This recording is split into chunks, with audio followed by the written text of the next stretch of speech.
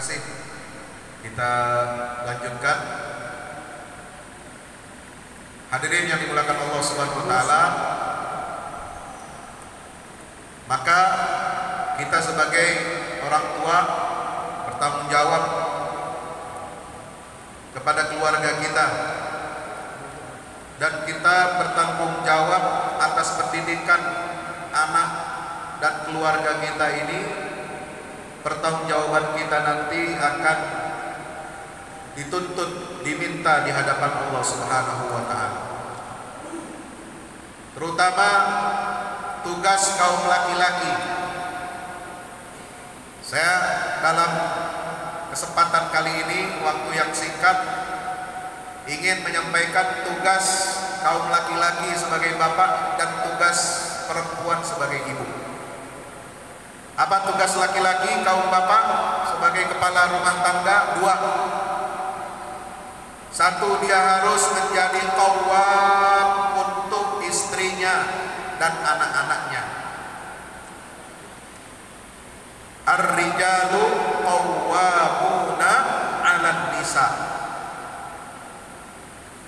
Laki-laki harus menjadi pengayom, menjadi pembimbing, menjadi pelindung, menjadi pengarah dan penjamin kehidupan keluarganya, bukan hanya di dunia tapi juga di akhirat.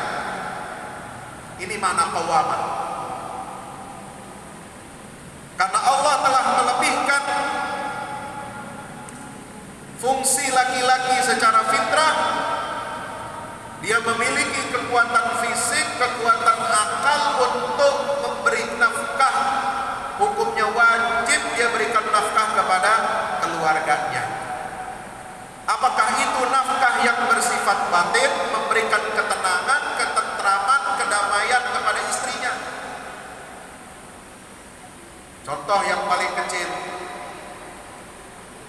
bagaimana nafkah batin? Nafkah batin ini bukan hanya urusan seks ya Bapak Ibu ya. Kadang-kadang kita memikirkan ini nafkah batin nih, perempuan maunya diberikan nafkah jatah hubungan biologis dengan suaminya, dengan bapak.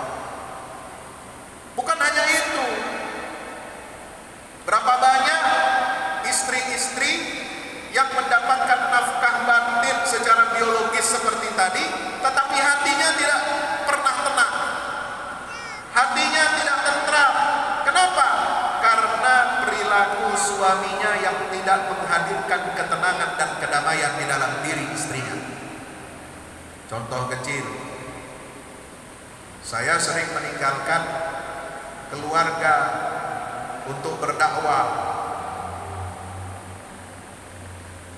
Kalau sudah sampai di tujuan, airport ketibaan, atau sudah sampai di daerah mana saya akan memberikan tausiah tabligh akbar, itu ada satu syaratnya dari istri saya, yaitu untuk melaporkan keberadaan saya. Jangan sampai istri nggak tahu di mana kita berada. Sebab kalau dia nggak tahu, itu gelisah. Kadang-kadang bapak ini, suami-suami ini kadang nakal. Supaya istrinya tidak tahu dia sedang ada di mana, HP-nya sengaja ditinggal di rumah. Jadi tidak bisa dihubungi. Nah, itu bikin gelisah ibu-ibu itu. Ini yang membuat mereka tidak tenang, tidak nyaman. Maka kita harus saling berkomunikasi, terus menjaga hubungan kita walaupun kita sedang bepergian jauh. Selalu menyapa, selalu memberi kabar, selalu berbicara dengan anak-anak kita ketika kita sedang tugas keluar kota, sehari, 2 hari, apalagi berhari-hari. Ini yang memberikan ketenangan dan kedamaian. Itu nafkah batin. Nafkah materi itu sudah jadi kewajiban. Kita harus memperlakukan istri kita, anak-anak kita dengan memberi memberikan mereka materi yang cukup untuk bekal kehidupannya, insya Allah. Tugas yang kedua kaum bapak, kaum laki-laki ini adalah untuk melindungi dan menjaga keluarganya dari siksa api neraka. Ya ayyuhalladzina amanu qu anfusakum wa ahlikum nar. Wahai orang-orang yang beriman, laki-laki sebagai kepala rumah tangga, orang-orang yang beriman, jagalah dirimu dan keluargamu dari siksa api neraka. Jangan sampai karena salah asuh, salah didik, tidak diberikan arahan dari orang tua, sehingga anak tidak mengerti akidah, tidak tahu mana akidah yang lurus, mana akidah yang batil, tidak tahu mana ajaran Quran, tidak tahu mana ajaran sunnah Nabi SAW, tidak tahu akhlakul karimah, tidak diajarkan dan tidak diarahkan oleh orang tuanya, maka berarti kita menjadi orang tua, bapak yang berbuat durhaka kepada anak-anak kita. Jadi bukan hanya anak yang durhaka, bapak juga bisa menjadi orang tua yang durhaka kepada anak-anaknya, dan anak-anak kita nanti berhak menuntut di hadapan Allah Subhanahu wa taala untuk bertanggung jawab di hadapan Allah. Kenapa ya Allah Engkau putuskan vonis saya masuk neraka sementara bapak saya dibiarkan bebas melenggang masuk ke dalam surga? Dia hanya pikirkan dirinya, dia hanya sholat untuk dirinya, dia hanya zikir untuk dirinya, dia hanya sholat pergi ke majelis taklim hanya untuk kesenangan dirinya, tapi dia tidak ajak saya, dia tidak cegah saya dari perbuatan keji dan mungkar, dia tidak kasih pendidikan saya mana akidah yang lurus, mana akidah yang bengkok, mana yang hak, mana yang batil, mana yang halal, mana yang haram. Anak ini nanti akan menuntut di hadapan Allah dan akan menghentikan langkah orang tuanya yang akan masuk ke dalam surga Allah Subhanahu wa ta'ala. Hati-hati. Yang kedua, tugas kewajiban seorang ibu. Ibu-ibu, halo, di belakang masih dengar? Masih dengar? Masih dengar? Takbir. Ayo kita semangat dulu. Takbir. Allahu Akbar. Allahu Akbar. Allahu Akbar. Walillahil hamd. Tugas ibu-ibu, kewajiban ibu-ibu semua sebagai manajer di dalam keluarga, manajer keuangan, manajer macam-macam, ya, manajer pendidikan, manajer suami. Tugas ibu-ibu ini tidak ringan. Dimulai dari mana? Ketika ibu-ibu hamil, mengandung anak, ibu-ibu harus mencontoh tauladan yang diberikan oleh Ibunda Maryam, ibunya Nabi Isa alaihi salam. Di mana Maryam lahir dari rahim seorang wanita yang salehah, yaitu istrinya Imran. Keluarga Imran ini adalah keluarga yang dipuji oleh Allah Subhanahu wa taala di dalam Al-Qur'anul Karim. Allah menyebut dua keluarga yang mulia. Innallaha astafa Adam wa Nuhan wa ala Ibrahim wa ala Imran 'alal 'alamin. Allah memilih, memuliakan dua keluarga, yaitu keluarganya Nabi Ibrahim dan keluarganya Imran. Istri daripada Bapak Imran, ada Bapak Imran di sini namanya. Istri Pak Imran ini ketika hamil, mengandung anak, dia menyampaikan nazarnya kepada Allah, cita-cita seorang ibu yang mulia. Idh qalat imra'atu Imran, inni nadartu laka ma fi batni muharrara fataqabbal minni innaka antas samiul alim. Falamma wada'atha qalat rabbi inni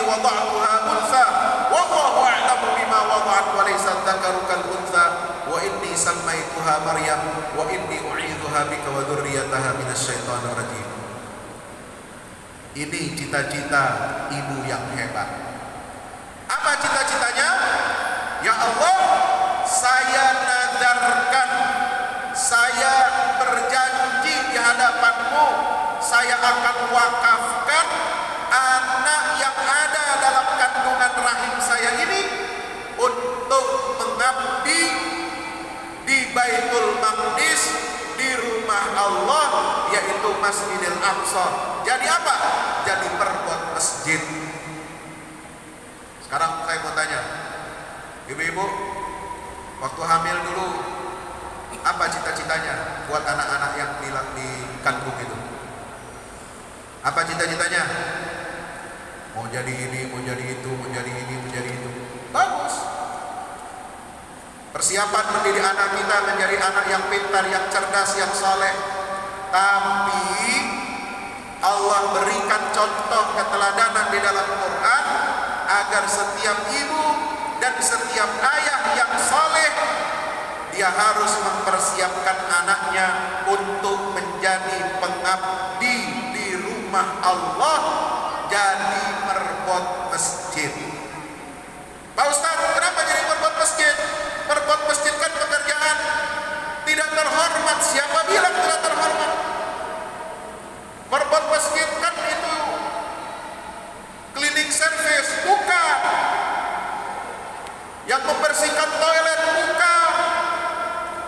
Yang melipat karpet, yang mencuci karpet, bukan.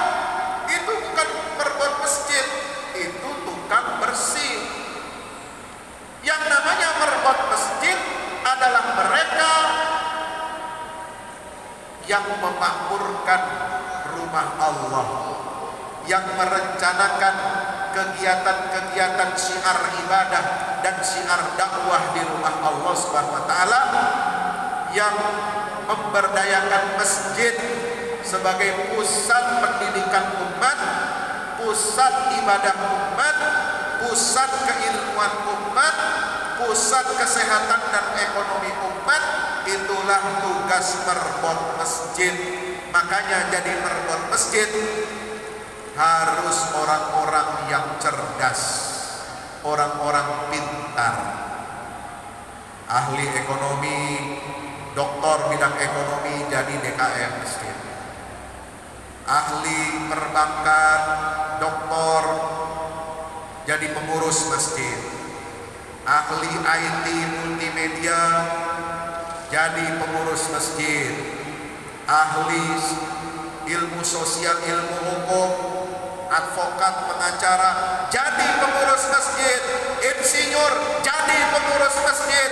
Semua anak bapak ibu yang ibu didik dari kecil sampai besar, mereka jadi orang-orang hebat, bertitel S1, S2 sampai S3. Mereka harus jadi perbuat masjid. Takbir.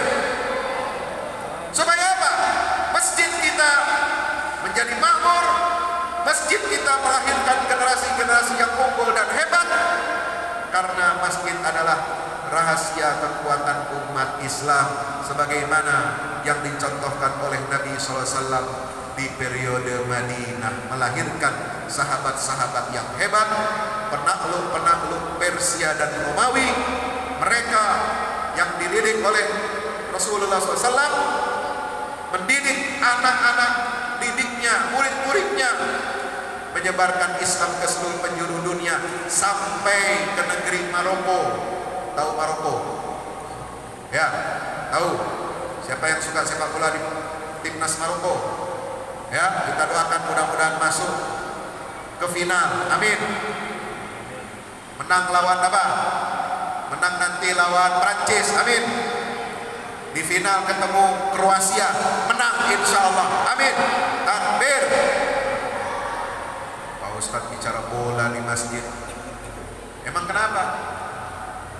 Bukannya ada fatwa kalau ada imam bagus bacaannya, banyak hafalannya, kalau dia masih main bola tidak boleh jadi imam. Nah memang betul. Masa orang masih main bola suruh jadi imam sholat?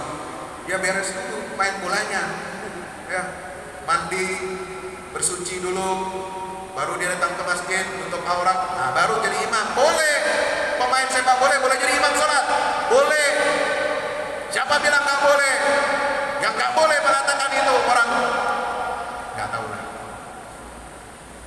Emosi saya, ya. Masa pemain bola nggak boleh jadi imam sholat? Iya kalau masih pakai celana pendek, lalu tiba-tiba sholat, nah itu nggak sah sholatnya, nggak menutup aurat namanya. Bapak Ibu yang dirahmati Allah Subhanahu Wa Taala, maka anak-anak kita harus kita didik setinggi mungkin. Untuk apa? Cita-cita tertingginya harus menjadi pengurus masjid. Insya ini tugas peradaban Bapak Ibu semua, karena dari masjid lahirlah peradaban Islam yang agung, lahirlah ulama-ulama intelektual cendekiawan muslim yang hebat-hebat dari Sabang sampai Maroko. Nah, jadi semboyan kita bukan Sabang sampai Merauke lagi, sudah. Ya, harus lebih jauh lagi, dari Sabang sampai Maroko. Peradaban Islam melahirkan ulama-ulama hebat, cendekiawan hebat. Itu dari mana pendidikannya? Dari masjid, dari kunta, dari metode menghafal Quran.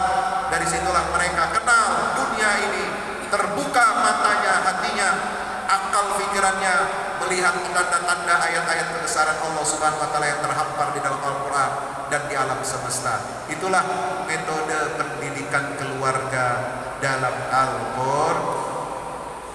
Maka itu saya bawa beberapa buku untuk membentengi keluarga-keluarga kita dari aliran-aliran sesat, aliran-aliran menyimpang,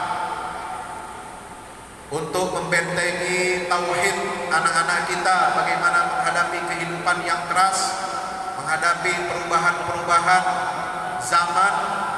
Ada buku pesan-pesan tauhid untuk negeri, dan juga ada buku tafsir sesat.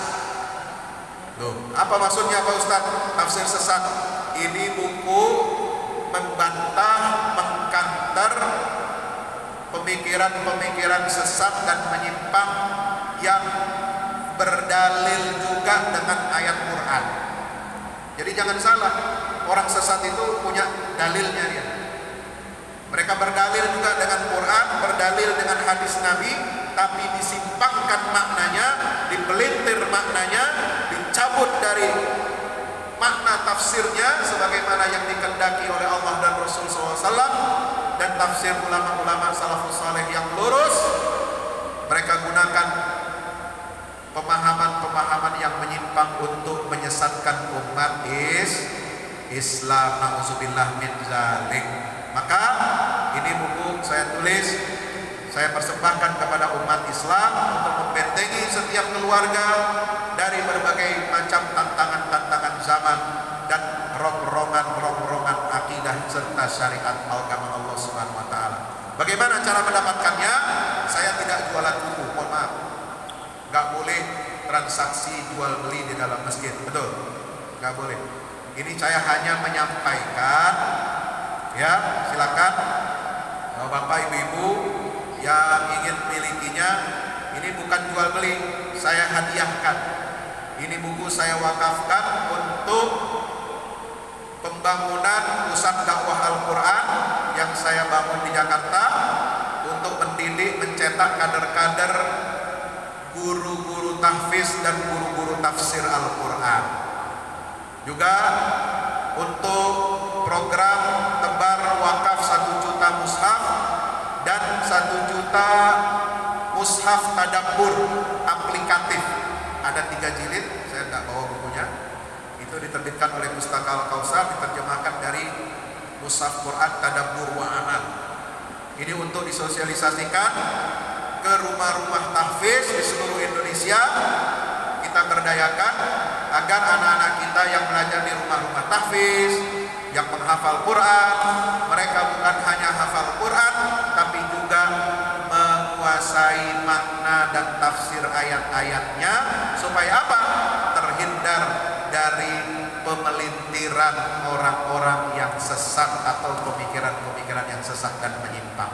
Ini program kami, ya, untuk berkhidmat kepada Al-Quran, berkhidmat kepada ilmu-ilmu Al-Quran di tanah air yang kita cintai ini. Nah, ini bagi yang ingin berwakaf, ya, kami berikan kesempatan yang ingin berwakaf senilai 500.000, insya Allah akan saya hadiahkan wakaf ini 1 buku pesan-pesan tauhid untuk negeri. Yang ingin wakaf senilai 1 juta, saya berikan hadiah wakaf buku tafsir sesat. Ya, yang ingin wakafnya 2 juta, saya berikan 2 buku ini. Insya Allah, saya nggak perlu pasang macam-macam. Kadang-kadang ada yang minta 5 juta, tidak. Saya tidak seperti itu. Saya ingin kita semua berpartisipasi membangun peradaban Al-Quran di tanah air yang kita cintai ini. Nama lembaganya yayasan itu Al-Fahmu Institute di Jakarta. Mudah-mudahan berkenan. Nanti ada yang mengedarkan amplopnya, yang ingin mendapatkan buku ini bisa dengan niat wakaf lillahi ta'ala untuk berkhidmat kita kepada Al-Quranul Karim. Demikian yang dapat saya sampaikan, mudah-mudahan bermanfaat. Hadanallah wa iyyakum ajma'in. Aqulu qawli hadza astaghfirullah wa lakum. Tsumma assalamu alaikum warahmatullahi wabarakatuh.